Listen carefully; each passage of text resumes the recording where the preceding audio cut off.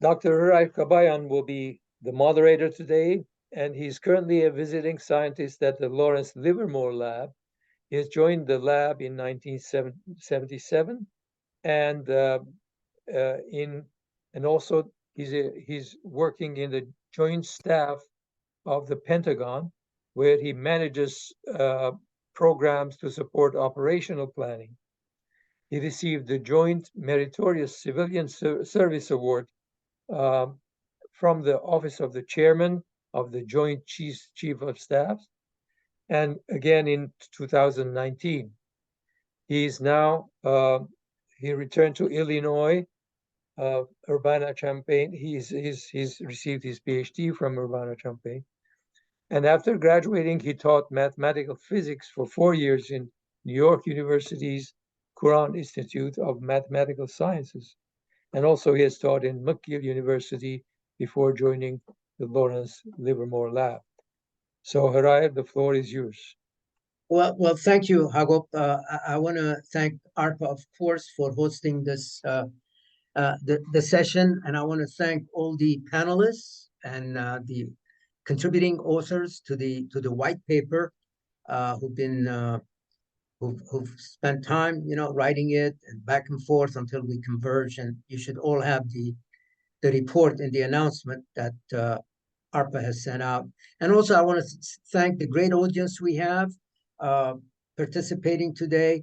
Let me tell you how we're going to do this. We're going to run through it. Each participant has 10 minutes. I'm going to ask them a question, and then we'll move on to the second panelist. So I will not be reading the bios. That will take too much time. The bios are all included in the announcement. I hope you had a chance to read it, and also I hope these topics will be of interest to you. If you haven't read the report already, I hope you will find time to read them. They're very intensive and a lot of great information and visions for the future for the Armenian nation globally, in Armenia and globally. So we have we have 8 authors. 2 could not participate today, so we have 6 panelists, and like I say, we'll go through them 10 minutes each, Q&A. And please, your questions, write them down in the chat box. Hagop will be reading them at the end. If it's general, fine, but if it's specific to any particular panelist, that would be great also. So okay, with that, let me start. And I'm going to go through these with frankly, there was no preference in terms of who went first in the report and who's going to go first today. These are in the order I received the articles over the last few months. So, and they're shown in the report, like I mentioned. So I'm going to start with David Akopyan, and again, I'm not going to read the bios. That we'll spend the rest of the day doing this. So, David, I'm going to start with you. So I have 2 questions for you. I'm going to do the first one. In your article, you make a strong case for a harmonious convergence of 2 interdependent components of the Armenian nation, the homeland of Armenia and the globally spread diaspora. Can you please explain, David, I'm sorry. Can't hear you, David. I'm on mute, now I'm unmuted. Thank you, Hriar, and it's a pleasure to speak with this group, ARPA group of distinguished scholars around the United States and other parts of Armenian community. I think a couple of points before I start. First, for those who didn't read about my bio, I worked 26 years for United Nations in 15 different countries. And the major work I was involved was state and nation building. And usually they go together, state and nation building. And for me, the Armenian case is very peculiar from this state and nation building, because for many centuries, our nation building was happening without state building.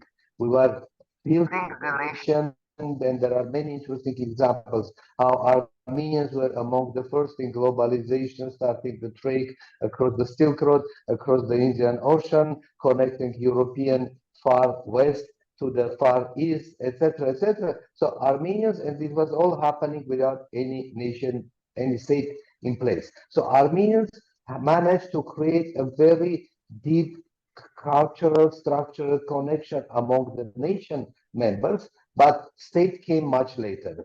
State came later, and state had its own challenges. It was a Soviet state, which was not a totally independent state, and then the last 32 years, it was a state building of independent Armenia with its own many challenges. At the same time, so we have these two entities of Armenian world. There's a diaspora, 7 million plus, and there's Armenian population of Armenia of 3 million people. And how you, and the perception was that 3 million in Armenia because we have too many problems and there are 7 million Armenians living in a richer part of the world, so they need to come and help us. And this was like tradition, one is giving and the other is receiving for a while. But I think we have passed this stage and we come to the other level. It is for a moment, and especially now in this globally interconnected world, where the networks are, let's say, electronic connection, post-COVID world, when people can be connected through many different ways. So it's not about the physical presence all together on one territory. So the nation, Armenian nation, can have its own, let's say, collaborative system of, let's say, production, economy, etc., being as a global nation. And this is the total heading, and also specifically what I want also to explore a bit more. And then using this opportunity, Armenia as a nation, I think we have a very unique arrangement. So converging these two parts of nation, bringing the best of diaspora for Armenia, but also bringing the best of Armenia for diaspora. Because for every single diaspora Armenian, the fact that they belong to the Armenian nation adds something to who they are. I mean, it could be economic networks, it could be cultural belongings, it could be the trust between Armenians across the world to each other. And this is what, in fact, was driving, let's say, Armenians doing the trade on the Silk Road, like the first globalization effort. They didn't have any like SWIFT system or banking system, but it was all about Armenians trusting each other across the chain and, let's say, speaking the same language and being able to communicate and work together. So, and coming, and then I also in my article have two examples of the nations, where for me and two nations which I know pretty well. One was Lebanon and the other one is Israel. Where Lebanon with 5 million population, in Lebanon 15 million diaspora, it is more or less for diaspora. It is a Lebanon nice place to spend the summer or to reconnect with the homeland, but nothing as a productive unit. I can't while I'm looking for my Can you please mute your? Yeah, I will put my. Please mute your phones, please. Yeah, I have to find my phone. So, okay, let me continue. Yeah. There are a few others also not muted, but hopefully, Yeah. Here it is. So please, dear friends, I mean, mute yourself because it becomes a bit noisy and difficult to speak. So, and then I put it stuff like that. Sonia, Sonia, could you please mute your phone? Thank you. I'm sorry. And then the case of Israel. So for me, Lebanon, with all many interesting, let's say, nuances about the country, and I know it really well, unfortunately, unity or convergence between diaspora and the nation, the country itself, did not work well. So far, these are two separate entities. I've seen many, let's say, successful diaspora Lebanese from Brazil to wherever.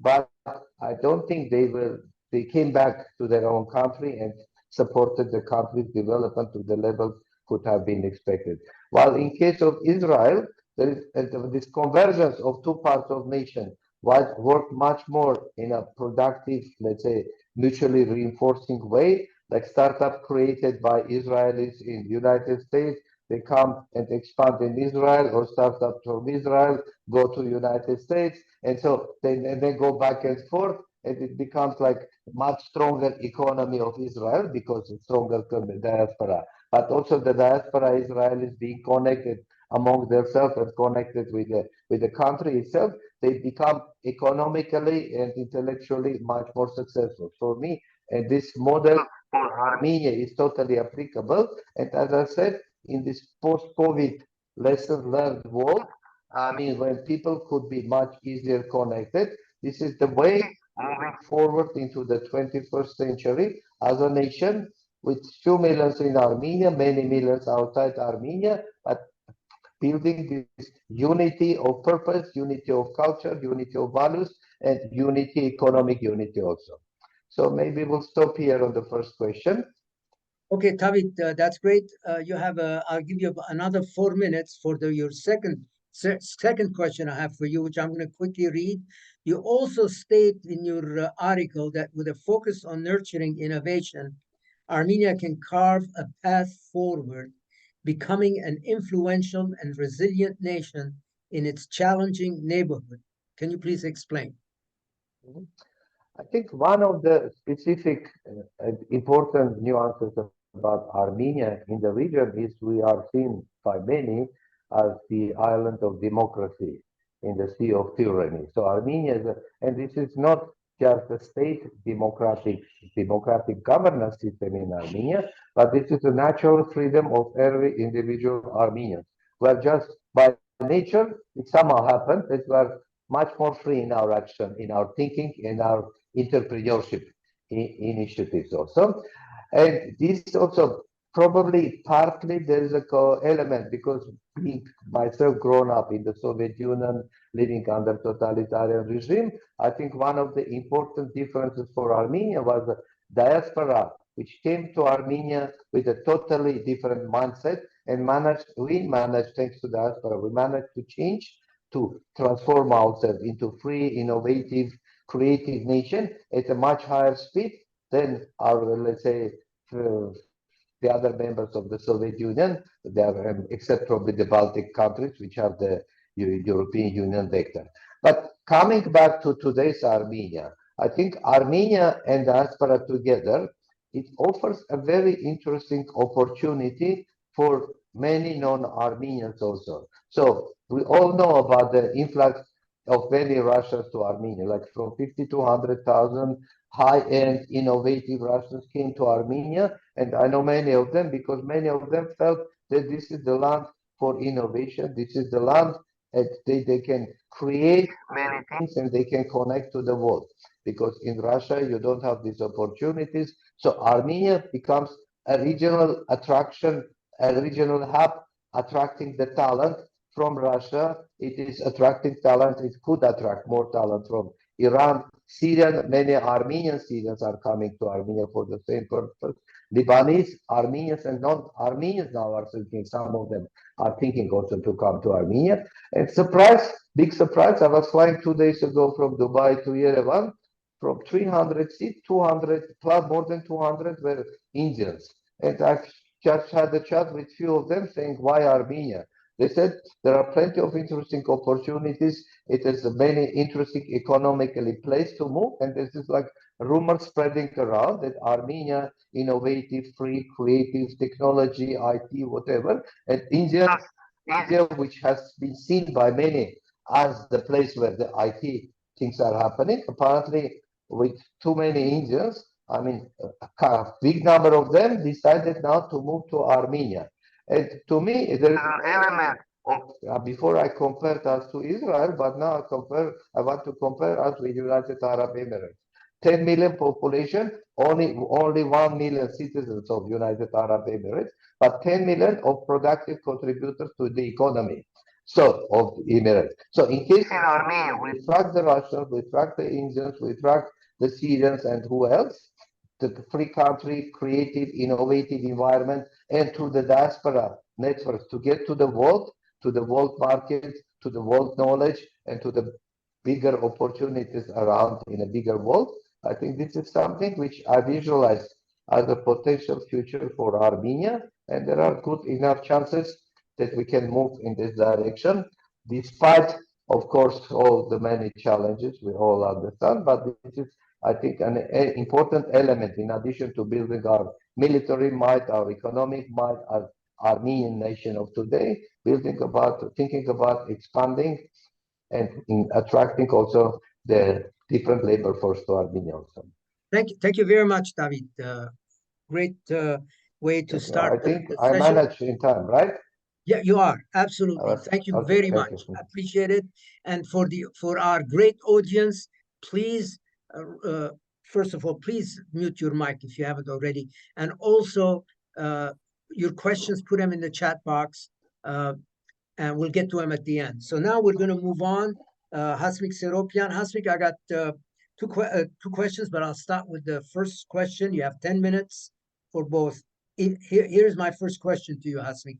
In your article, you make a strong case for the Armenian language to charge forward, fueled by vigorous online presence in the context of creating a digital global Armenian community. Can you please explain? Of course. First, thank you, Hriar. Thank you, ARPA Institute. My subject is very, very different from David's. My focus is on the language. And I want to start with a very, very specific example instead of making generalizations. I've been reading, I'm sure you've all read AI, language generation, et cetera, et cetera. Now more in the news is the fact that it's very easy to also generate images using AI algorithms. And this has started me thinking about a project, which is to take 15, 20 Armenian proverbs. You know, proverbs and sayings are very visual. And if I take these, my favorite proverbs, and find a way to animate the image that it triggers in my head, and then, give the transcription and then the translation and explain what context that proverb or saying is used in, this would be a very interesting thing to do. And what would I do with it? I would probably put it on YouTube. How many people will see it? I don't know, probably very few. However, think about the possibility that we have an Armenian language center globally. And an effort like that, where the proverbs and the sayings have been animated, translated, and perfectly explained, can be put on that site, on the site that center has, and is made available to the 100 little Armenias that Ruben has found. And more importantly, Proverbs, Khachig says in his article that the surveys done in America, in Canada, and in Europe also, I know, people consistently say Armenian identity is three things: language, culture, and family. Well, the Proverbs cover all three of these, believe it or not, because there is the language, of course, there is the cultural aspect, there's the treasure trove of centuries of wisdom that we have in these proverbs and sayings. And it turns out that different families have different favorites in these proverbs. So when I used to give an assignment to my students at Berkeley and ask them to go to their families and find a few proverbs that they use, the ones they brought to the classroom were always very different. They were never the same because families use different proverbs. So if we have a central place where people read these proverbs, see the animations, they will bring their own proverbs, a discussion will start. And this is just one example of the kind of thing that we can do, we should do, given the technical tools that we have, and the fact that it is a great way to connect. For me to discuss a proverb with someone in Paris or someone in Buenos Aires, I think and I can think of several other projects like this, but the only other one I want to mention, believe it or not, I have a whole list here, but I won't go into it since I have very little time. The only other one that I think is extremely important is the teaching of the language. A friend of mine sent me a message asking if I can, he has a friend who's in Berlin.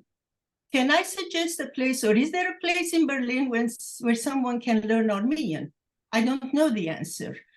But I should be able to tell that person, go to such and such place, the Armenian Language Central, or whatever we want to call it, and there will be an answer for you, how you can find a way to learn Armenian in Berlin.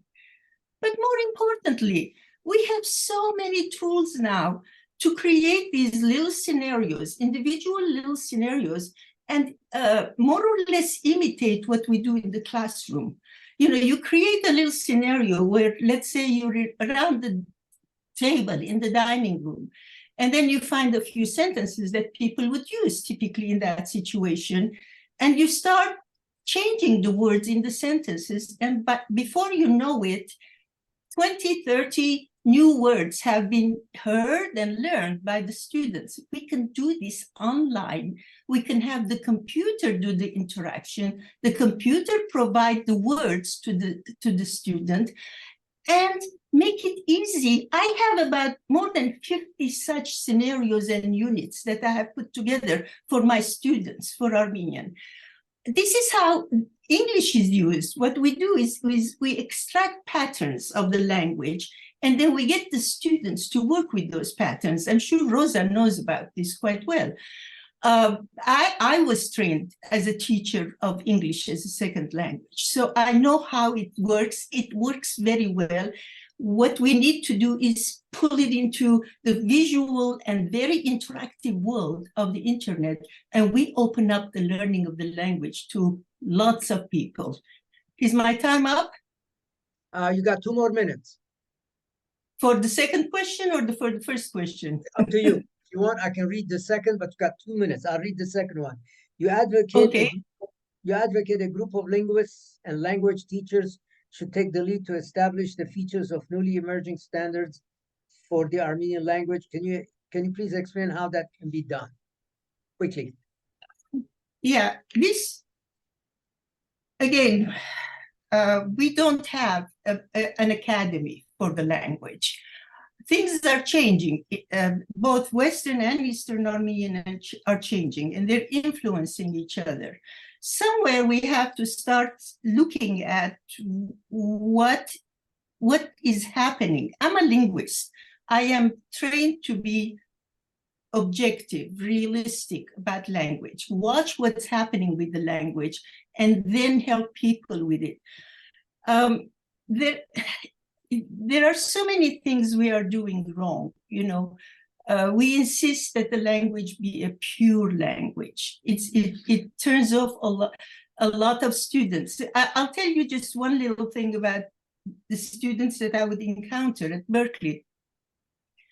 The very first day I would tell them if they made spelling errors, I didn't mind.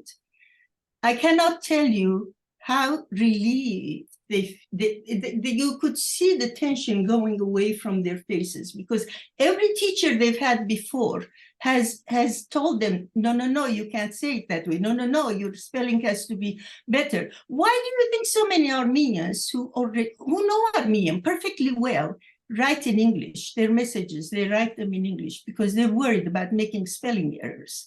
If we can just be a little forgiving about these things. We should not be critical if Armenian has a French accent or a Spanish accent or an American accent. It can't be helped. We speak this other language 90% of the day, and maybe we speak Armenian 10% of the day, if we do that much. So there will be a little accent. It doesn't change it from being Armenian. If we have words, people are complaining that in Beirut now, they use a lot of Arabic words in Armenian. Here we use a lot of English words when we speak Armenian. It's okay, it doesn't change the language. It still stays Armenian. English, do you know that English, the vocabulary of English is 70% French and Latin? Does it make it not English? No, it's still English. The language is still the same. So we shouldn't be so, I don't know, fanatical about things like that. We should just accept what is changing, what's happening. I have several points. Yes. Hasmig, I think we're reaching the end of your session. So you have a closing sentence? Okay. A closing sentence? Well, it's a plea. I have a plea that we do this language, centralize the effort for the language. It's very splintered right now. I'm not saying that there aren't efforts. Gulbenkian has some efforts. There are efforts in Antilles, probably. It's very splintered. It's not centralized. We are either duplicating each other or not doing what's needed for the future. Thank you, Hasmig. Thank you. Thank you. And for the audience, please place your questions you have in the chat box. I see they're coming in. Hagop is going to read them at the end. Okay, Roza, over to you, dear Roza. So here we go. My question for you is, can you please explain how HiConnect emerged and how it currently functions as the Armenian Nation online? Roza, you got 10 minutes. Okay, thank you so much. Thank you for organizing this. Thank you to ARPA Institute and also Mr. Cabayan. Thank you to you.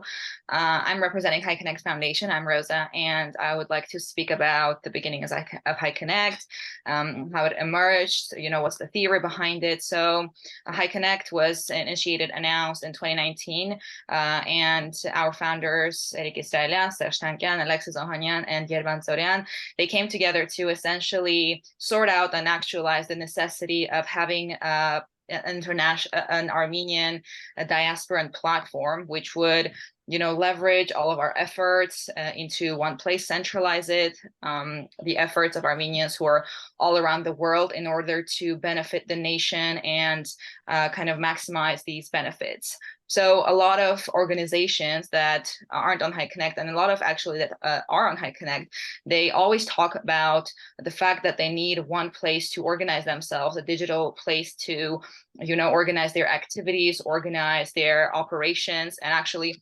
automatize it and make it more manageable, make things less manual and more automatic.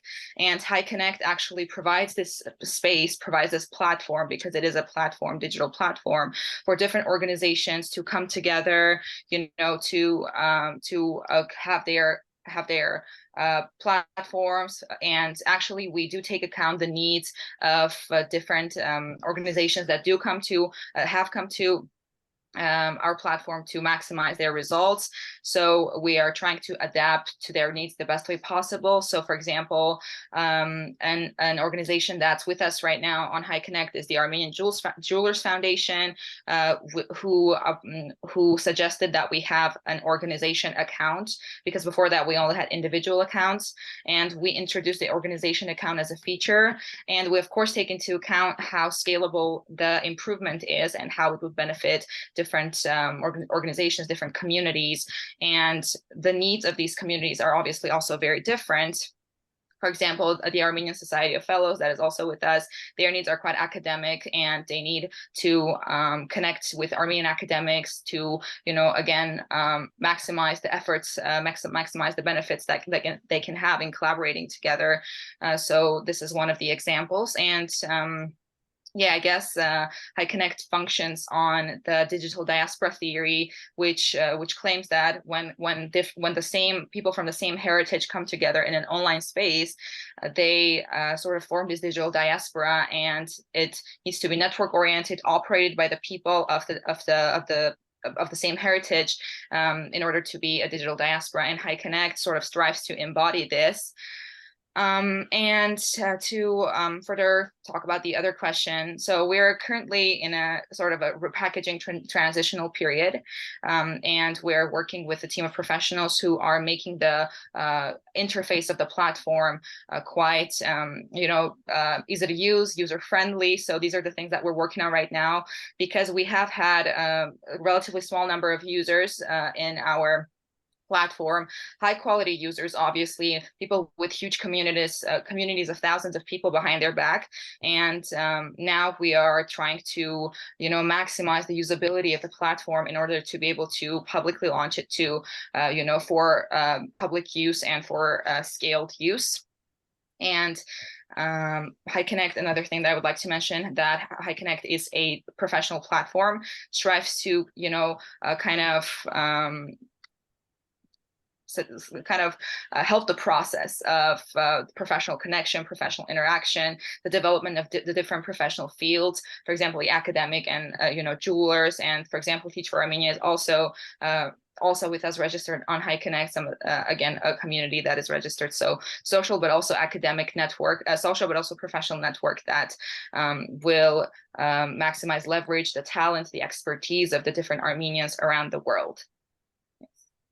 Roza, thank you. For people who want to get in touch, can you tell them how to do that? If they want to. Yes, of course. Yeah, please.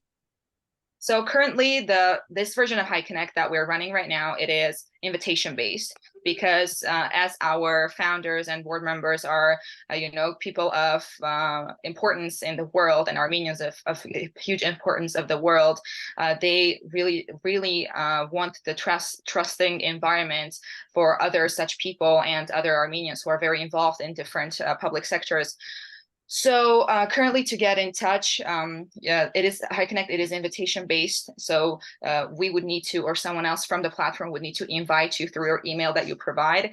And this invitation based approach helps us with the traceability and the transparency of the platform, so that we can see who has invited who. And currently at this scale, this makes it much easier to sort of track things and prevent security issues and whatnot. So currently, to get into HiConnect, you can provide us with your email, and we would gladly invite you if you would like to introduce yourself, maybe a sentence or two. That would also be very very appreciated, helpful, and we would be glad to invite you to the platform. We have numerous resources about how to use the platform at its current stage. So yes.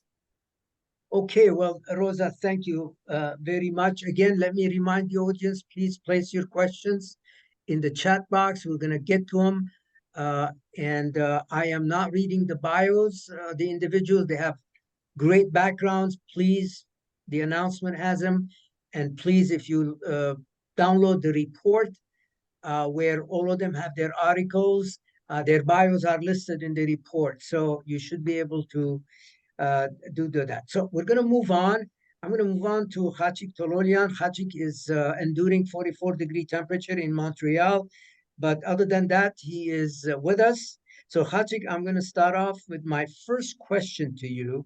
In your article, you state diaspora Armenians were digital pioneers who envisaged the possibility, the promise, and some of the problems of social media. Can you please expand on that theme? Right. I do think that Armenians were pioneering digitally.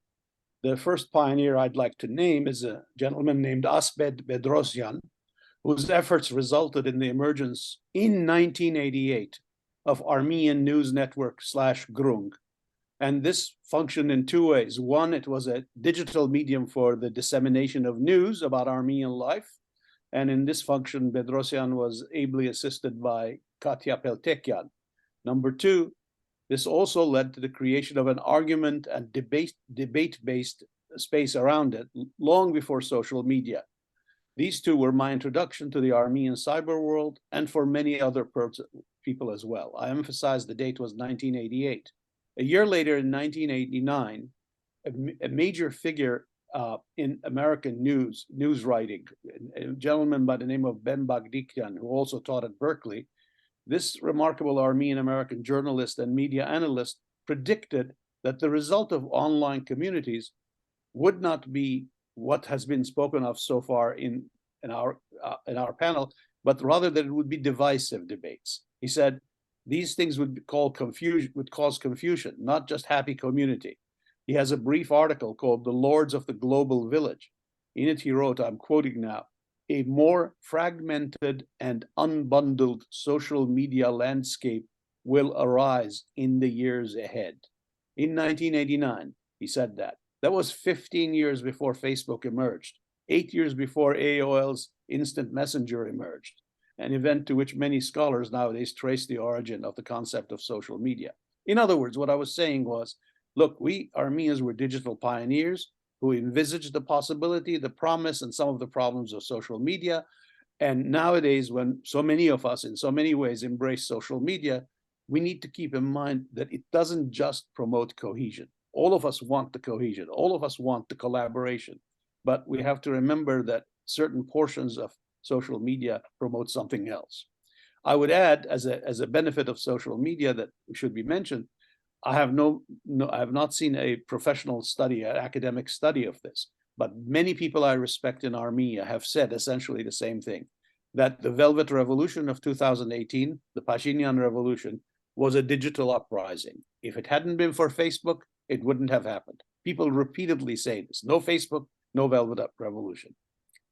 I would also add that we Armenians, for reasons all of us know and have already mentioned because of the scattering of diaspora, have long ago manifested an urgent desire for connection, either through or outside traditional Armenian organizations.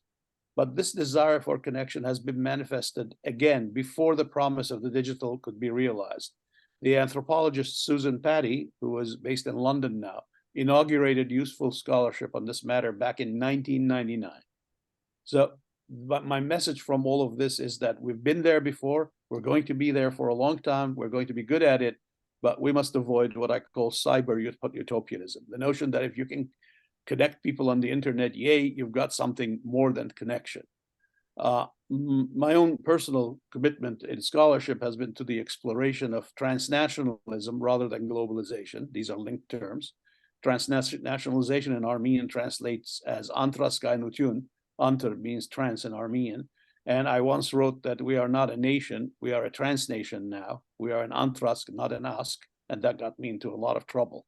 I won't go into that topic now, but that it relates to it in the sense that, again, connection can lead to a different kind of nation than the one we have, not necessarily a more united one.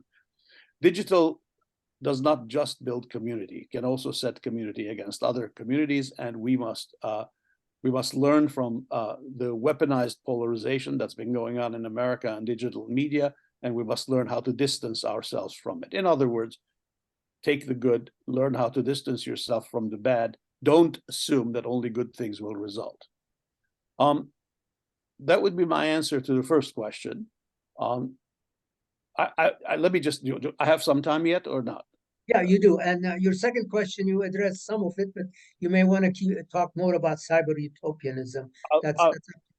Okay, I will do that. But I want to say, I mean, in the report itself, various people have raised very important questions. One of them was, in what language would this cyber utopia be? And that question is one to which we have no answer. We can't simply say Armenian, we can't simply say Russian, we can't simply say English. It's a very difficult question. It would have to be, I suspect, multilingual. And someone in the report asked, who would be in charge of this? And do we need somebody who's in charge of this? That's a very important question. The question of who would be in charge leads the question of leadership. What is leadership in the digital era in a global nation or a transnation? Do we need to rethink the meaning of leadership? When in the old days, when Armenians were a transnation already, but they didn't call themselves that, leadership consisted of leadership elites, religious leaders, think Khriar Hayrig, think Dokhitaryans. So the religious, then the wealth, upper class bourgeoisie, then artists and intellectuals, think Mikhail Nalbandian, think Nahabed Rusinian, Khachig, Siamanto, Charens. All of these together contributed to the creation of the Armenian nation in the 19th century, when the dominant media were newspapers, also novels, also poems. So does being online, being digital, obviate or eliminate the need for elite leadership? I keep coming back to this. Elite in the sense of Armenian, Vernachav, Avakani, Regavar, etc. For example, a question that is raised to my mind very importantly is, are celebrities and influencers the elite of the digital area? Whether it's Kim Kardashian or Cher or Serge Tankian, are they the leaders? Are they called upon to be the leaders? Do they want to be the leaders? Because they're the presences on the digital universe. You and I are not. Finally, I would say, again, I'm not opposed, of course. Who can be opposed to communication? No sensible person. Who can be opposed to cooperation? No sensible person.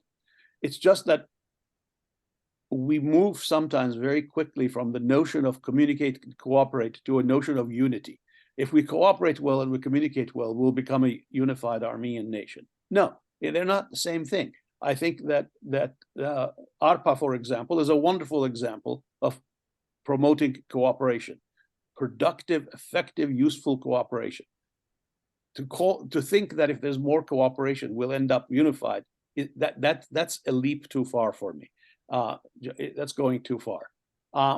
Could have much more to say, bringing in examples from the non-Armenian world, but I think I'll be stopped there. Okay. Very many thanks, Khachig.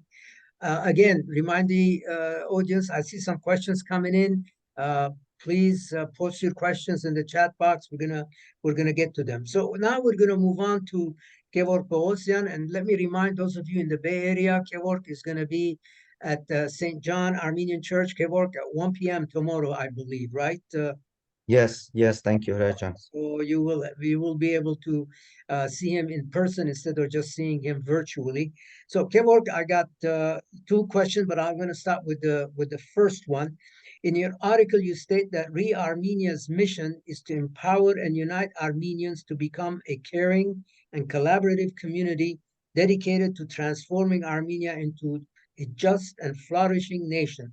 Can you please explain? Sure. So just a very small intro about my background. I've been busy with business for 25 years before the 44-day war. And mainly I was starting from 2003, I was in technological sphere. So the first tech company I founded with my friends was eDrum. This is the first and the biggest payment system in Armenia, actually. And then starting from 2015, we were very much involved in startup ecosystem, in developing startup ecosystem in Armenia. And the next company I founded with my friends was TCF, the crowdfunding formula, which is the marketing agency. Today, it's already the biggest one in the world, marketing agency in crowdfunding sphere. So, and we were thinking that these companies, the startup ecosystem development will really help the development of our country overall. But during the war, we understood that there are a lot of different big companies out there, like multi-billion-dollar valuation companies, a lot of different, Armenian entities around the world. But we lost the war, actually. And this was the moment when we realized that, no, we don't need another big multi-billion-dollar company, but we need to bring all the existing entities, groups, companies, and prominent individuals as well together to effectively collaborate, to to have measurable results for solving Armenians and Armenia's problems. So there was a time when we had this hypothesis that nowadays the best way to connect all Armenians is a technological platform. So we were looking at different platforms that we had at that time, but then we understood that we need one platform which will be as an underlying tech for every group, every company or community to solve their collaboration problems. So we started rearmenia.com. So rearmenia is like restart, rebuild, recreate. So rearmenia, and our motto is unite to revive. And of course, you have talked a lot, our friends on panel, about the unity, how important is that. So I will get to the platform actually. So about when we're saying in our mission, we have these three lines. The first is empower and unite. So this means that rearmenia is not realizing any project, any program, raising money, spending money. So we are serving as a technological platform for every organization who are doing those projects, realizing those projects.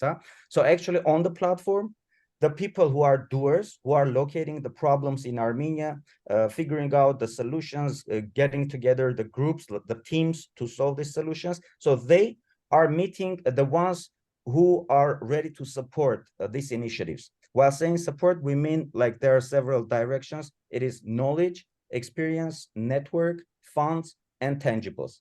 So actually, this hypothesis was proven right in the very first year. In the first year, we had, it's already second year, the rearmenia is up and running. And in the first year, we had 10,000 plus people came together, and more than 9,000 were donors. We had 80 plus, 40 projects realized. So now we have 80 plus projects already.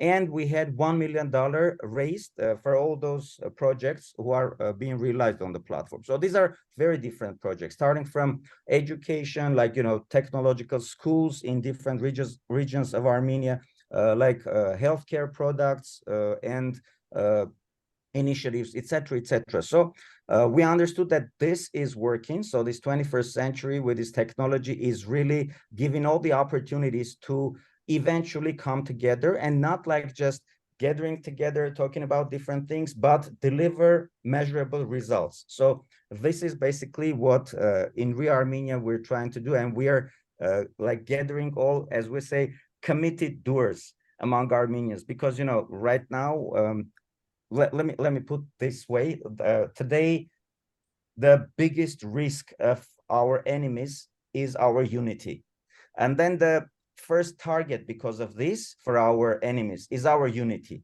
And the first thing that they do, they basically divide us in very different ways, like this media terror, this psychological pressings, this, a lot of different ways, they're doing this. So we understood that the first battle that we have to win is this unity versus division battle.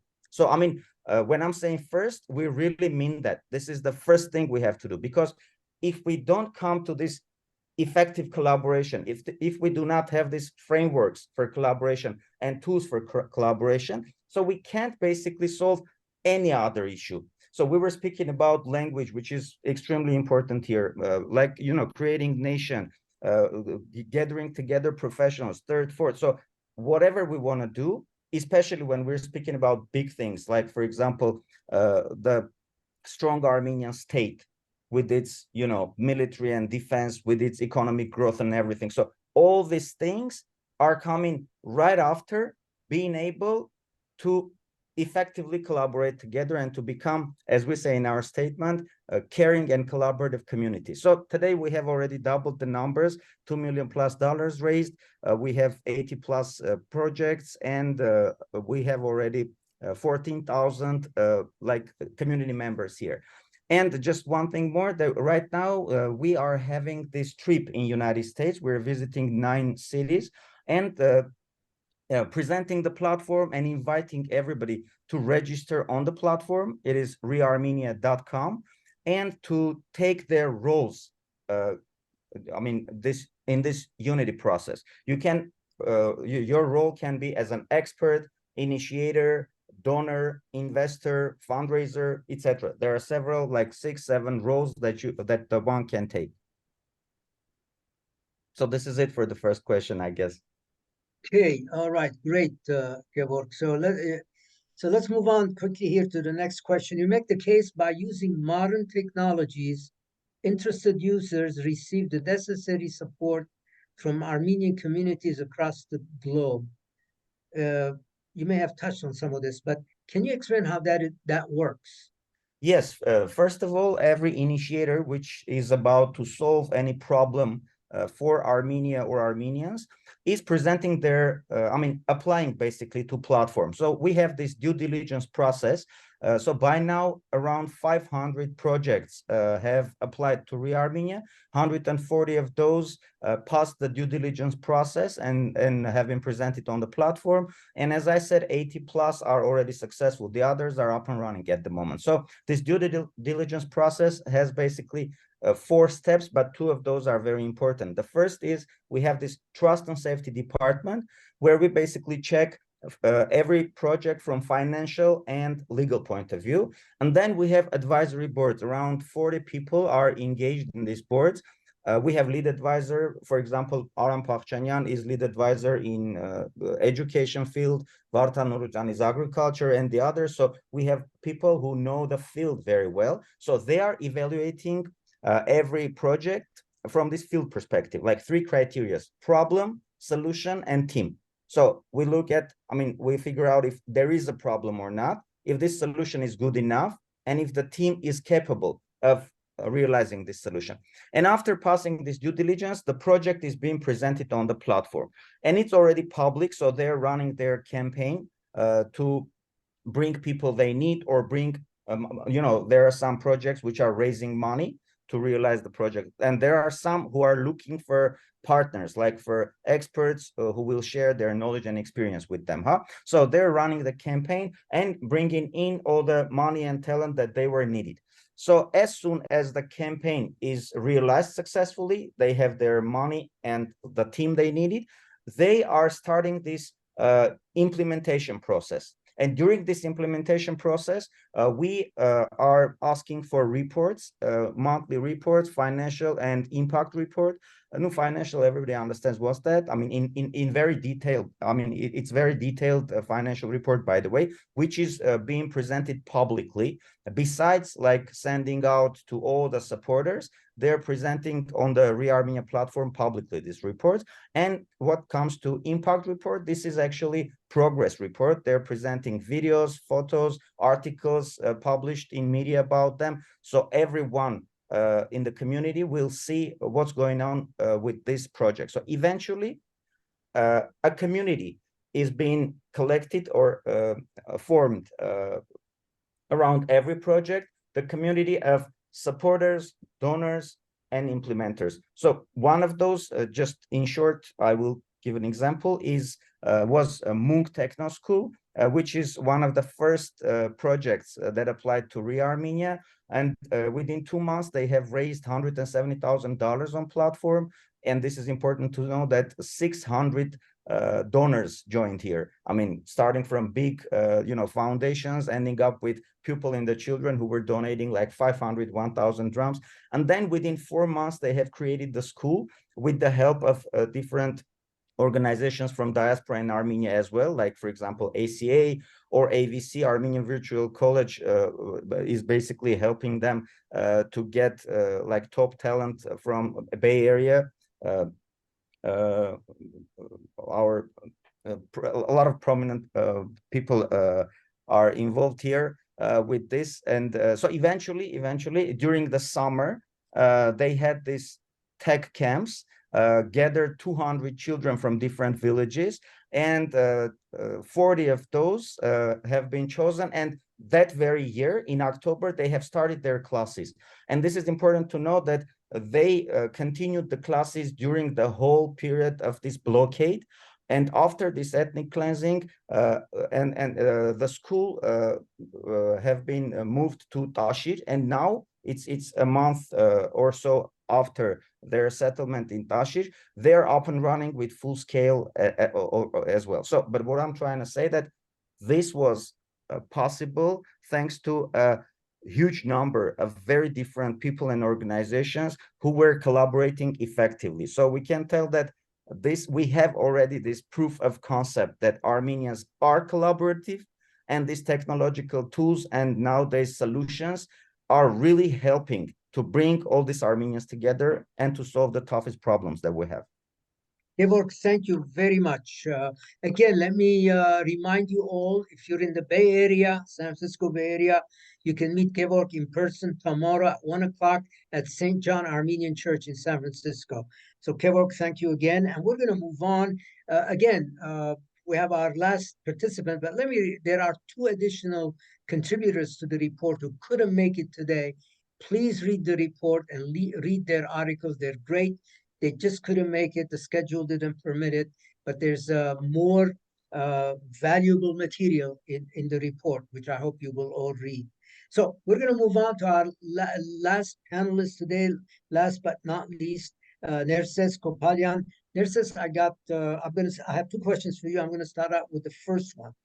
Oh, here it is, Nerses. In your article, you make the case that the Velvet Revolution brought about a robust, democratic, political culture to Armenia that should result with a new configuration of the Armenia diaspora relations. Can you please expand? Nerses. Thank you, Hriar. Thank you, ARPA, Hago, for putting this together.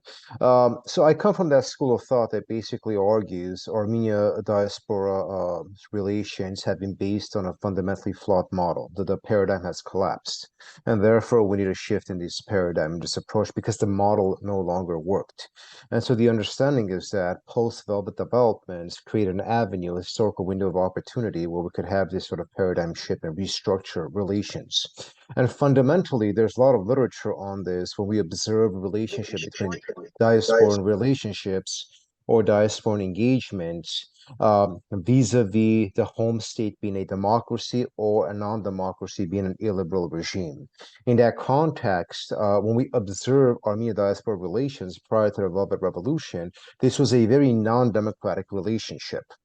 Generally speaking, there was a problem of perceptivity. Most diasporans viewed Armenia in a rather negative light, not the homeland itself, but the state. And the state defines political and all modalities of behavior. In that context, illiberal Armenia and a heavily patriotic or nationalistic diaspora, nationalistic diaspora, had a fundamental disconnect.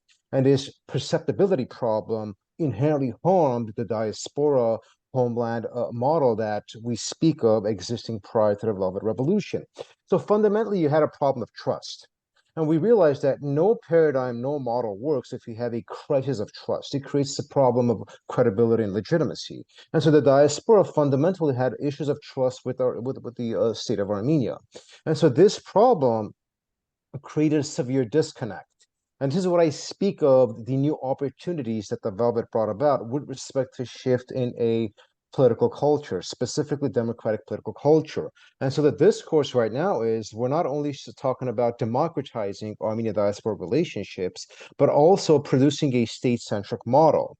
Contextually then, whereas in the past, diaspora Armenian relations were based on few components such as classical diasporan institutions building some form of ad hoc relations with the given state actors, this could now be diffused to the level of basic diasporans having relationship with the Republic of Armenia outside of those structures. Second, whereas in the past, if you ever want to get anything done in Armenia, you had to have these sort of patronal, connected interpersonal relationship with those non-democratic corrupt leaders. This configuration has shifted. And so the Velvet brought about a shift in democratic culture, in political culture, that could allow for a paradigm shift and a democratization of the relationship between the diaspora and the Republic of Armenia. And it doesn't mean that democracy has been consolidated, obviously. These are all slow processes. And so you're in the process of transitioning. The transitology process and the consolidation process are different dynamics. But to answer your question, the dynamics have shifted. In that context, what we're observing is an increased capacity for diasporans at the individual level to engage with the homeland without the need of being part of existing classical diasporan structures or the issue of trust and concern that you had with the previous illiberal regimes. So we have to be honest about this, right? There was a severe perceptibility problem. Whenever somebody spoke about investing in Armenia, moving in Armenia, engaging with Armenia, they always brought up the same red flags. We don't trust the government there. It's abusive. It's corrupt. We're going to get embezzled. We're going to get ripped off, etc., etc., etc. Post-Velvet developments, the shift in the political cultural thinking allowed for a change in this. So this is not a question of a given diaspora and liking the politics of the current government or not. We're talking about structural institutional component, right? Where you do understand that there is a process of creating democratic institutions. You're not there yet, but there's a process. There is a process of engaging with the Armenian state as opposed to having a very abstract, detached understanding of these configurations. And so the discourse is that the relationship between democratizing Armenian diaspora relationship and this democratization process allowing diasporans to have a more of a state-centric approach is fundamental. I know there's a lot of disagreement in diaspora when it comes to the discourse of who do you prioritize, the Armenian state or the diaspora. My argument is that if you don't prioritize the Armenian state, if we do not have a state-centric model, the disconnect is going to continue to become larger. You're going to have a gap developing that's going to create a deeper problem. So in that context, the discourse on having a new democratized model where the diasporan is more involved and engaged in the developments in Armenia, in the interests of Armenia, and they become stakeholders in this process, that is conducive to or necessitate a democratic political culture. And that also in of itself allows for thinkings in state-centric approaches. So this is the configuration between pre-velvet engagement and a post-velvet engagement, vis-a-vis the whole democratic culture that we speak of. Perfect. Okay, Nerses, I got another question for you. You identify several key areas that will emerge because of the democratization in Armenia diaspora relations. You touched on this a little bit, but you may want to expand. Can you highlight some of those areas? Of course, you had the traditional thing, components, right? What we call sort of strategic relations, the diaspora being tapped into by the Republic of Armenia for economic interests, for resources, for potential human capital. This sort of has been the traditional approach. And then you had the component of cultural relations, where they would have a reverse relationship, where the diasporans would tap into the Republic of Armenia for cultural nourishment. Roots tourism, visiting, reconnecting, identity construction, so on and so forth. But a new area that is very important to discuss, and this relates to the state-centric discourse that we were talking about, is the notion of constituency building, right? How many diasporans, for example, consider themselves to be constituents of the Republic of Armenia? Yes, they identify themselves as Armenians, absolutely.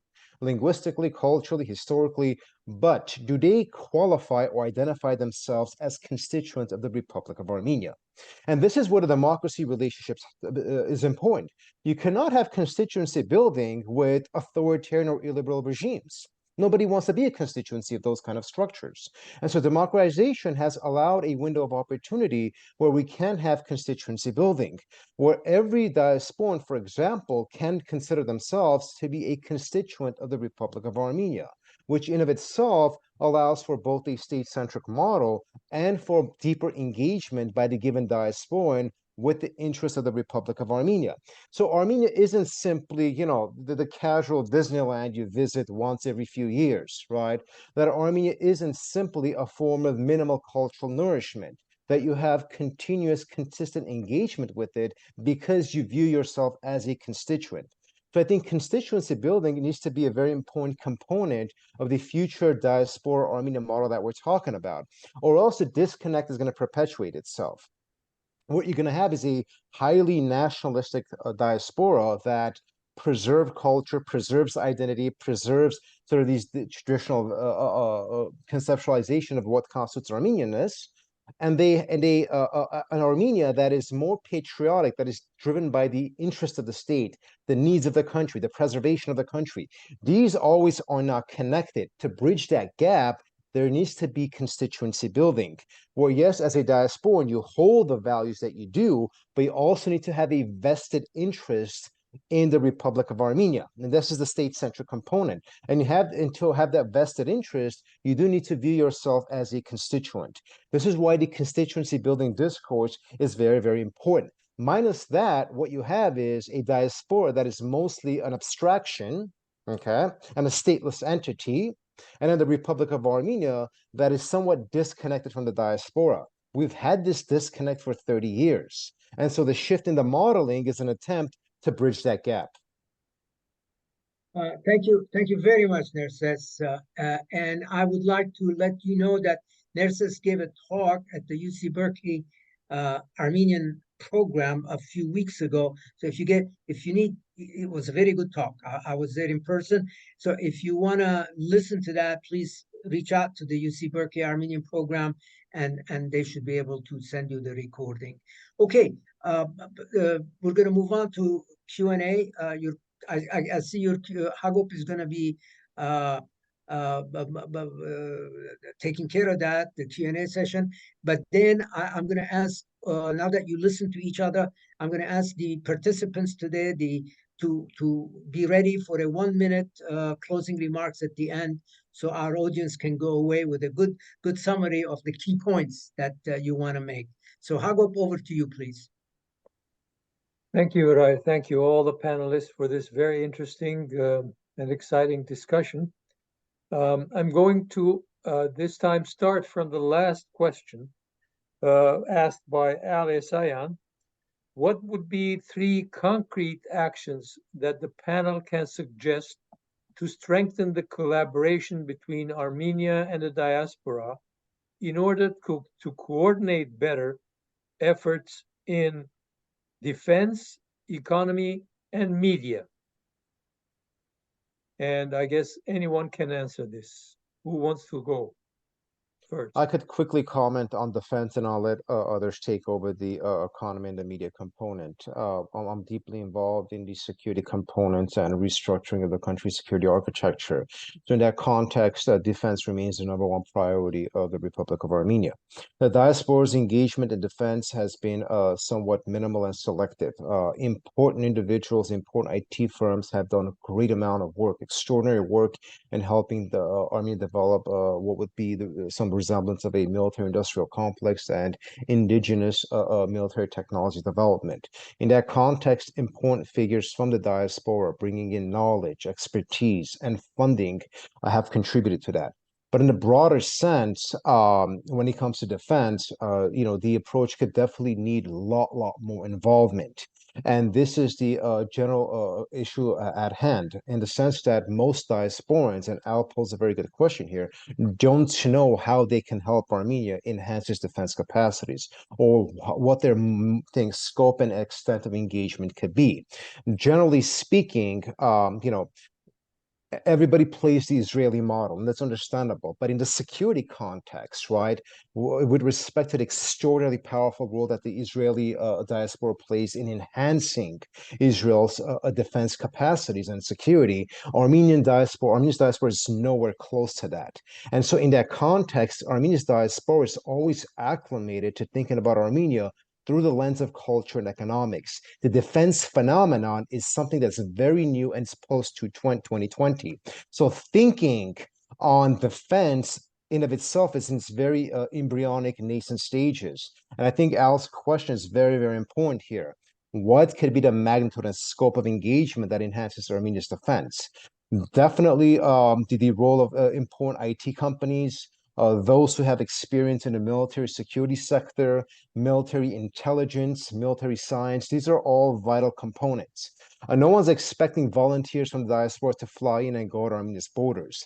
But I think there's extraordinary level of resources in the diaspora that has not been tapped into with respect to Armenia's defense. And so more coordination, more collaboration within specific sectors of enhancing Armenia's defense could actually be extraordinarily crucial in enhancing deterrence and security capabilities. If I may, let me interject to Al. Al, if you want to pursue this further with Nerses, shoot me an email and I'll put you in touch with him if you aren't already. Oh, we know each other, but yeah. Well, I thought you would. I just was going to be wonderful. Good. I'll go over to you. Anybody else who wants to comment on economy and the media, especially the media? If you don't mind, I will answer in short Al's question as well. So this is what I'm going to say is not about some particular field, but it's relevant basically to all the fields, including media, economy, and defense. So there are 3 steps, as I'll ask to point 3 steps. So the first, we have to find the people, implementers, who will basically be involved in full-time basis in the creating the entity which will be targeting or addressing the problems within that field, and is ready to utilize basically all the experience, knowledge that we have, all the intellectual resources that we have in diaspora. So what I'm trying to say that if there is no full-time, better to say, lifelong, like people who had this lifelong commitment to solve these problems and are gathered together and on full-time basis are busy with this, I believe that nothing big can be created, at least. So the first thing is to create this team with full-time engagement. The second thing is to gather the list of all the committed, individuals from diaspora who will be spending some specific time per week, like, I don't know, 2-3 hours per week to support this entity with their knowledge, experience, and network. So this is very important. And the third thing, we have basically to have this transparent. I mean, in terms of military defense, it's not like that. I mean, you can't have this transparency. But on the other fields, basically, we have to have this transparent, reporting process. So everyone, at least everyone included, will have the clue what's happening here, what are the results that we're creating here, and what is the impact. And based on these results and impact, the process will be redesigned, redefined, improved, and we will get to the measurable results here. So the first, full-time team. The second, the list of committed doers. And third, constant reporting and involvement from all around the world in every particular field. This is it. Thank you. Tavit, you have your hand raised? Yes, if I may, also a couple of points. I think the most critical, and also partly answering also Ruben and Jikan's point also, we are facing an existential moment for the nation. And the business as usual, which was before the 2020 war, that there is a government in place and they know what more or less what they are doing, and diaspora come and greet or have important meetings with the president and prime minister, saying a few nice words, and that's it. It's not going to work. If collective Armenian might, I mean our intellect, our capacity, our resources don't come together, I think we're going to lose this battle. It's quite clear. At the same time, to me, 3 million in Armenia, 7 million at least outside Armenia, 10 million, equal more or less to Azerbaijan population. If we take the 7 million, mostly in developed world, with a GDP of 50,000 plus, total Armenian nation GDP, to me, it's many times more than the Azerbaijan GDP. But of course, this is nothing, not easy to compare, but there's a lot to be done to bring the diaspora knowledge, capacity, and many other things to Armenia economy, to Armenia defense, etc. So the point is, for now, it cannot be just left to few people in Armenia to manage. Because I myself also lived 20-something years outside Armenia and was assuming that more or less things are being managed until the shock came and I understood, no, I cannot leave my country to few people, probably not enough competent. I need to do it there and to be part of the process.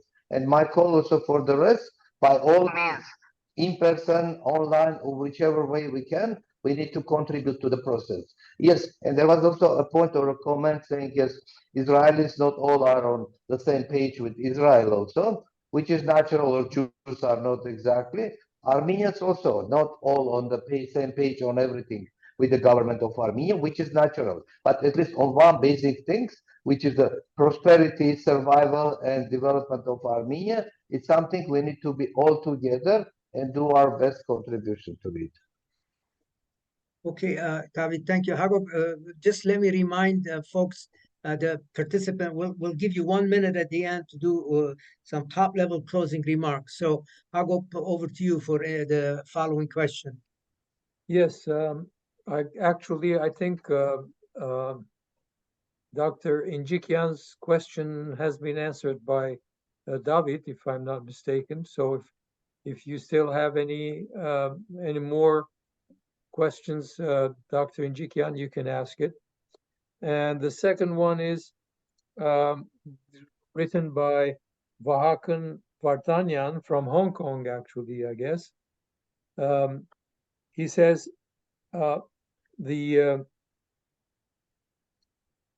he's the author of the book of National Identity, Diaspora, and Space of Becoming, of Belongingness. from the Gomidas Institute, I guess.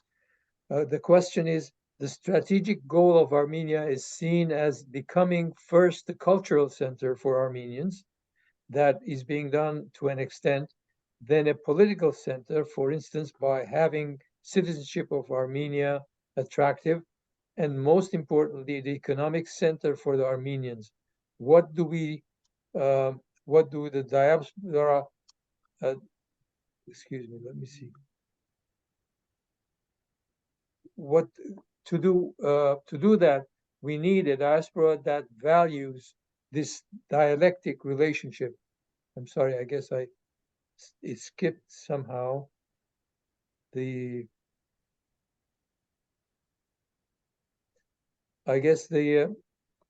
By having citizenship of Armenia attractive, and most importantly, the economic center of the Armenians, what do you think about moving from our intensely communal identity to territorial identity, with Armenia developing into a space of belonging for our global diaspora? I guess. Who wants to take that on? Yeah. Raise your hand, please. Any of the panelists? How about Khachig? Maybe Khachig can address that. It's very far from what I know and think about. I'm sorry, I can't do it. Okay, how about anybody else? Nerses?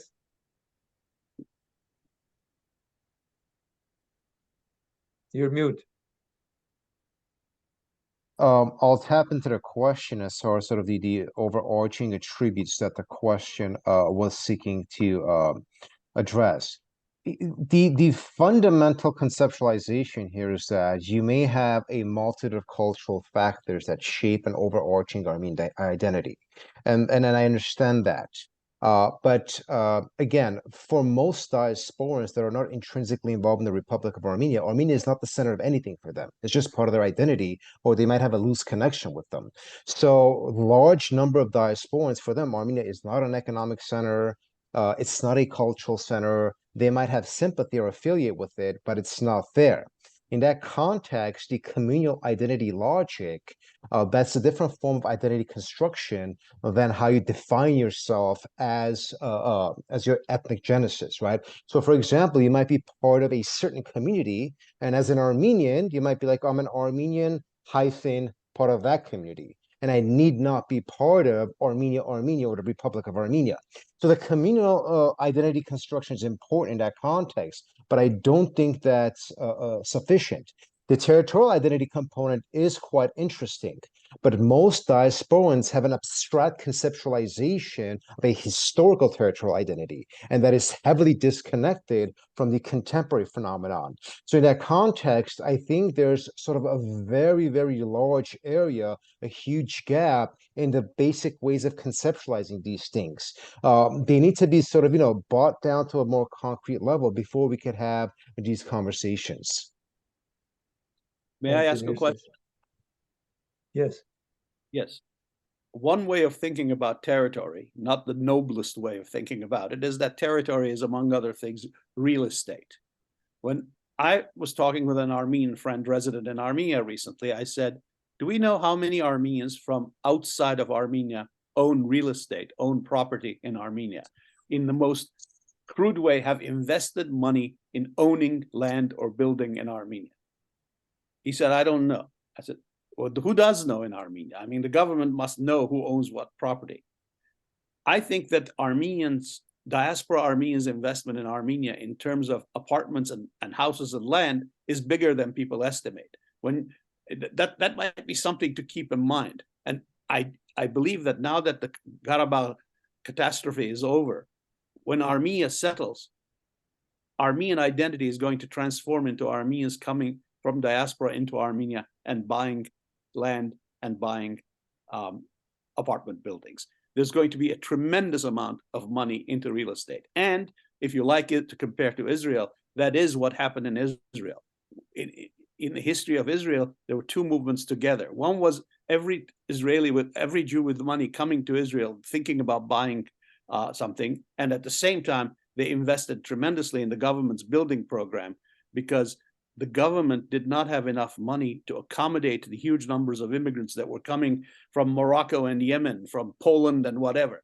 The vast majority of the Israelis who immigrated to, of the Jews, excuse me, who immigrated to Israel between 1948 and 1970 were housed with diaspora money. And one way of being attached to Armenia would be to conduct a campaign both for the housing of Armenian refugees and simply for saying, come here and invest. This is going to grow. I have a distinct sense that we don't think about this. We think about attachment to Armenia in the abstract. There are other forms of attachment. Look, well, I'll just stop there. But at some point, I want to ask Nerses a question about what he calls the state-centric approach. Okay, so now there's a question from Jora Manucharyan, or Jora. He says, a few decades ago, the computer mainframes have been replaced with distributed network personal computers, PCs, as a combined system that had the same power as a mainframe computer. I see Armenia with its diaspora as a distributed computer system model, which can present a globally distributed, powerful country. Each community is considered as a self-managed system in this model, which will be networked and worked with other components of this distributed global system as a whole. In order for these components to work together successfully, there should be a set of communication protocols and standards. Additionally, there will be a need for a system administrator to manage these network distributed systems.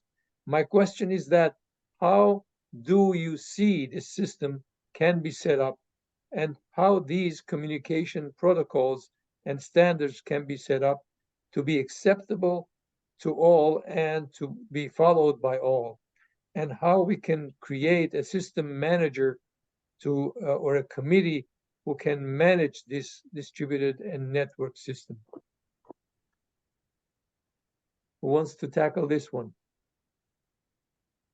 I will try, if you don't mind. So I will try to answer this question from Hriar Armenian perspective. So as we are creating this community of committed people from all around the world, committed Armenians, we are thinking of having this community managed platform.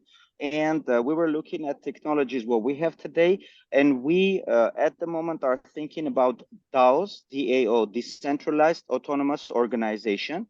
So this is basically blockchain-based network, decentralized network, which gives opportunity to participate in the governance of the platform, every community member.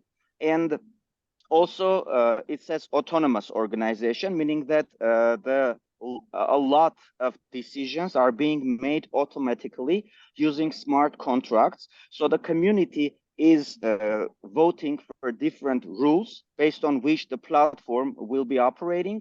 And then the smart contracts and this DAO is basically controlling the whole process of operations. So and one thing more, we think that it's very important to calculate like the engagement of every community member, activeness of every community member, and we are designing this NFT network for Hriar Armenia. So we will have our non-fungible tokens, and every token will be provided to a community member based on some activity that the member realized. Like, for example, they have supported some project, they have initiated some project, or for example, it's already 3 months in the row that this community member is providing his knowledge and experience like on the weekly basis for 5 hours, and for this he's getting this NFT, for the other activity the other NFT. So they're having this collection of tokens. By the way, each token will be the artwork, Armenian contemporary artwork. So on one hand, they're collecting this collection of digital artworks, and on the other hand, they're collecting the weight of their voting right, let's say like this. So based on these technologies, we will have like technological decentralized network and inclusive wide community who are engaged in making decisions, and their voting right is depending on how active and how active they were and how big were their contribution in the platform. So, and for this, we're gonna use underlying technologies which are addressing the issues what were included in the question concerning the authorization, security, and protocols that might be used by different, participants of the community. I don't know if I asked the question, but so this is what we're looking at while speaking about the decentralized, decentralized network of Armenians in the tech. Thanks, Gevorg. I hope there's Vahakan Vartanyan has his hands raised. Yes, we already read his question, but if he has anything else, Vahakan, you want to say anything else on the question? Comment. I would like to welcome all of you. It's nearly 4 a.m. here in Hong Kong, but I stayed to participate in the event. It's a great platform, great opportunity to discuss these issues. And I just want to comment on the question and also the comment by Nerses and Dr. Tölölyan related to that. So that's definitely what I proposed through the question and also through my other works is to continuously move toward transforming our largely intensely prevailing communal identity into more territorial one, so that the republic, which represents the nation for many of them, definitely it's not the homeland, of course, but to make it increasingly more and more as the space of belonging for the nation. And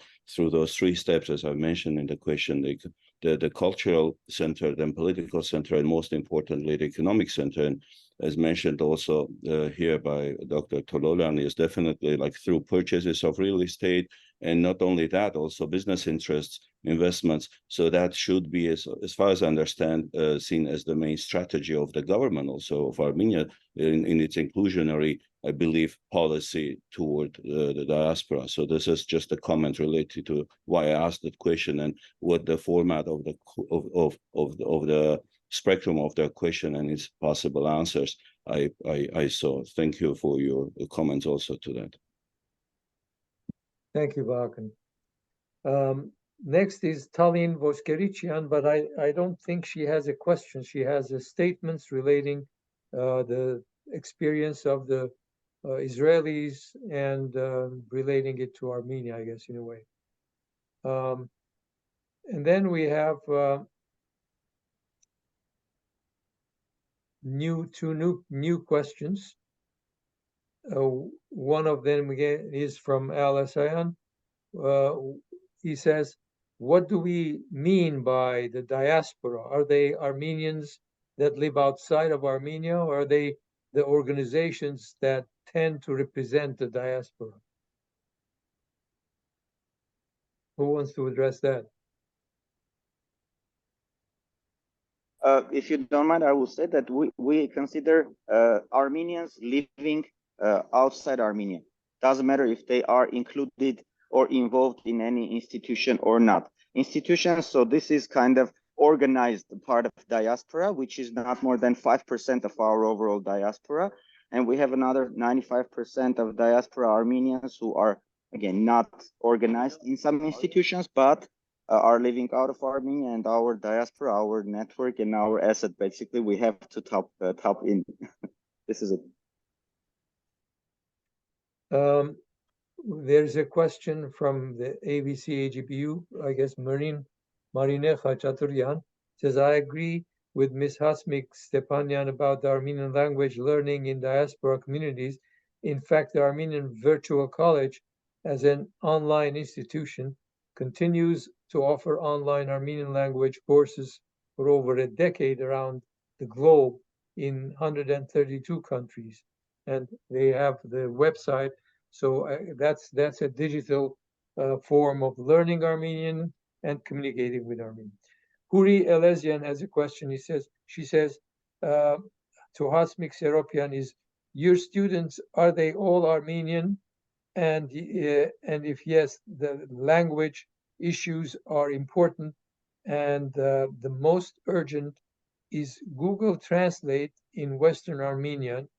Who is ready and capable of doing that? I will try to answer both. The first about Armenian Virtual College. Putting a textbook online is not the same as teaching it using various very intelligent programs to create an interactive program for the student as if there is a teacher there talking and responding to them. They're very different things. What I was proposing was very, very different from what virtual college has. On the second one, most of those students are Armenians. And I forget now Google Translate. Google Translate is only one of the things we can do with the language. It's an important one. To me, it's not the highest priority. We can do that. It's actually not a very difficult thing to do. What we need for it is a lot of data in the language. We need what in linguistics we call a corpus. And when we feed that corpus to the existing algorithms, the Google Translate will translate Armenian. And actually, there is some talk about that. There are people who work at Google who are working on Armenian. There are people working at Facebook who are also working on AI-related stuff. To me, creating that atmosphere, that connectiveness through the language is the most important part. That's what we're missing. We don't have enough time or opportunity to connect with each other. That's why I started with my example of the Proverbs, because it gives us that connectivity, cultural connectivity, language connectivity, and some of the Proverbs are simply funny too. It would be a very good way to just laugh together. We can do this with poetry. Imagine coming together to read work by Tumanyan or work by Sevag, or Mezarens or Varujan, whatever. We need to just stimulate people to appreciate these things. We don't have a central way of doing that. We do not have a language center for Armenian. We have a number of very different places. I know people always bring up the Language Institute in Yerevan, the Ajarian Institute in Yerevan. They have their own very specific interests. They're not interested in having Armenians in the diaspora to communicate in Armenian. That's not their top priority. That's not their goal. We need to create that outside the diaspora and connect it with Armenia too. And don't get me wrong, I am not suggesting that this is only in Western Armenian. Both Western and Eastern Armenian have to be part of this.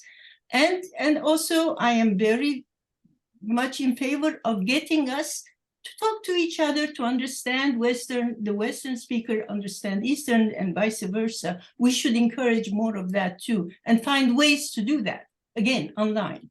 Maybe, did I answer the question? Yep, let's move on. Okay.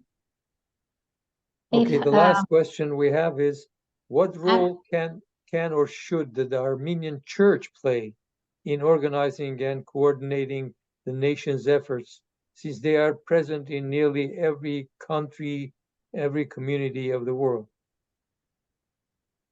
Who wants to tackle that? David? Khachig? Of course, nobody has any kind of solution to that, but ideas that might be pursued. We can look at where religious organizations, religious establishments are really effective. I would say that the Armenian church is symbolically very effective. Armenians still think at important stages of their life, from baptisms to funerals, of the church. But the church is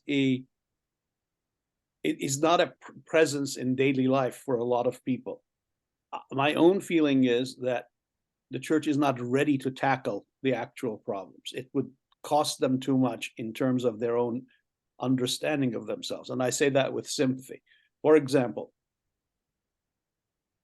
when I look at other communities, and these include not simply the Jewish diaspora, but communities as different as Mormons, Mennonites, Pentecostal Christians, the relationship between the pastors, the priests, and the people is very intimate, in the sense that they're constantly addressing each other in a popular language, in talking about the problems of people in religious terms, not ritual terms alone. I love the ritual of our church, but I don't know how we go from ritual church to a church that's actively involved. You mentioned St. John's Church in San Francisco. I have repeatedly heard from a variety of people, both personal friends and from Hriar Chilingirian, who used to be there, that the pastor of St. John's is an exemplar of what people should be. He's in there, he is respected, he's beloved, he's active on a daily level. And of course, people who don't like this kind of thing say, what, you want a pastor or a social worker? Actually, the pastor is also a social worker, is also a teacher. I mean, in Hebrew, rabbi actually also means teacher. And we don't have that. We have a ritual church. But the question is, where does the motivation and the drive come from to change the church? Another thing the church needs, in my opinion, is to simply give up the celibate priesthood. But we're never going to do that, not in my lifetime anyway. It actually, whatever its virtues, it actually is a barrier. In our church, our parish priests are not as well educated as they should be, are not as active outside of ritual as they should be, and all of that can change, but I don't think it's going to happen anytime soon. Thank you. That's it for the questions, I guess. If anybody else. I'm sorry. I am if you don't mind, I wanted to answer this question very short. Couple of very important things. I want all of us to understand that we as nation own the church. So how good the church does whatever it has to do, it's very much depending on us. How are we involved in this? I would like to say that in golden age, the church was starting from Armenian letters, starting from the books that were innovations back then.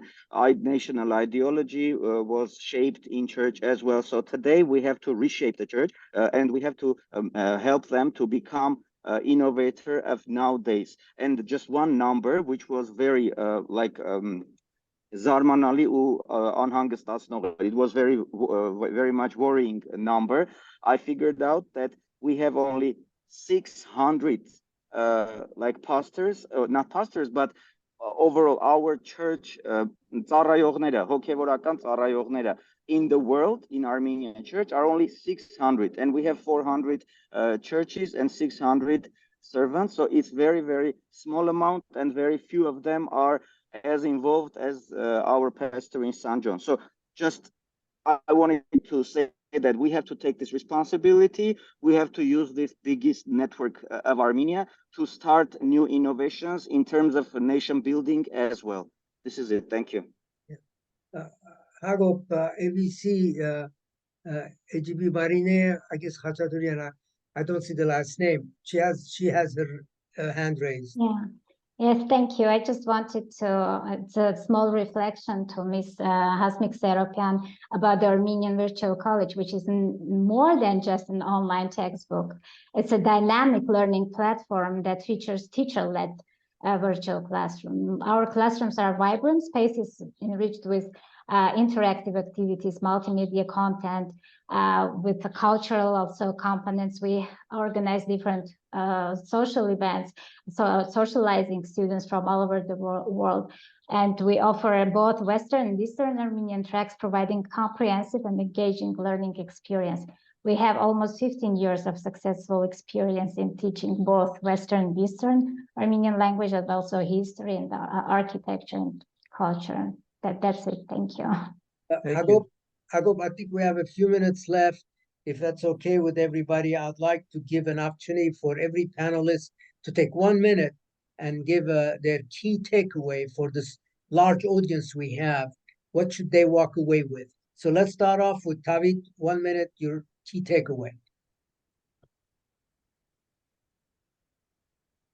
To me, there are a number of directions we discussed, maybe without getting into much more important details for practicalities, because this organization, self-organization of the nation together with diaspora Armenia as a state, Armenia as a nation, I mean, requires probably much more deeper thinking and using also the modern technologies, as Gevorg was saying in Armenia, or High Connect also has different ways. So new modern technology, the social media and many other things come as a very important supplement how the nation could be organized.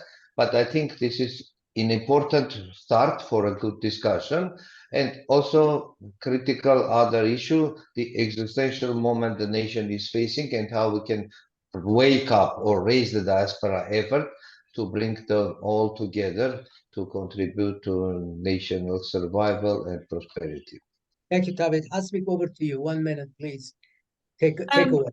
Yeah, I was trying to say that in order to keep the language alive, we need to get people to be interacting with each other. It's not just one-on-one learning or one person doing one thing, but as a community, we need to communicate and keep the language alive. There are many, many, many parts to that, and I can't possibly get into them in 10 minutes. Thank you.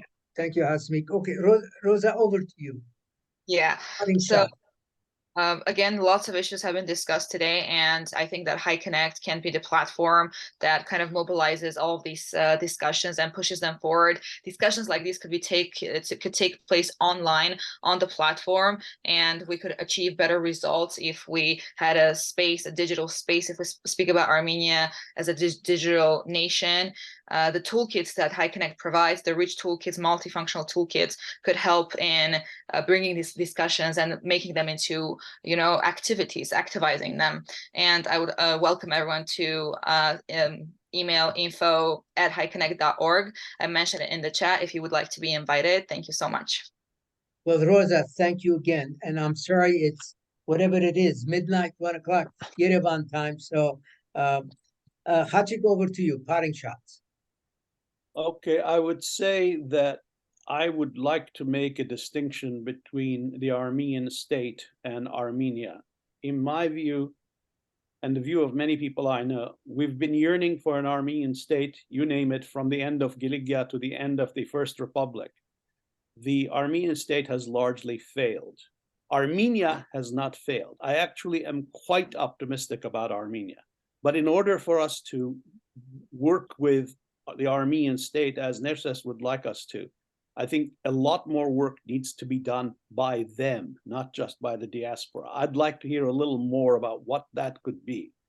And I would say that of the things that I've heard today, just reinforcing me the sense that the diaspora will contribute to Armenia best and to its own welfare by the platform methods that have been discussed. The platform on which, I forget how many Gevorg said, 80 or 90 organizations have already been active doing their work. That's the model that works for diaspora. Diaspora doesn't work well, ours or any other that I've studied, by simply being commanded by a state or simply being solicited by a country. It works well when it's decentered, entrepreneurial, enterprising, helped by the state and welcomed by technology. It's not enough to say we need a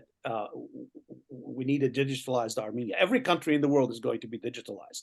Digital platforms, nobody can be against them. Everyone understands that they're going to be essential. The question is, how does the digital platform work to maximize the chances for individual organizations, such as those Gevorg described, to do their work, to do their decentralized, collaborative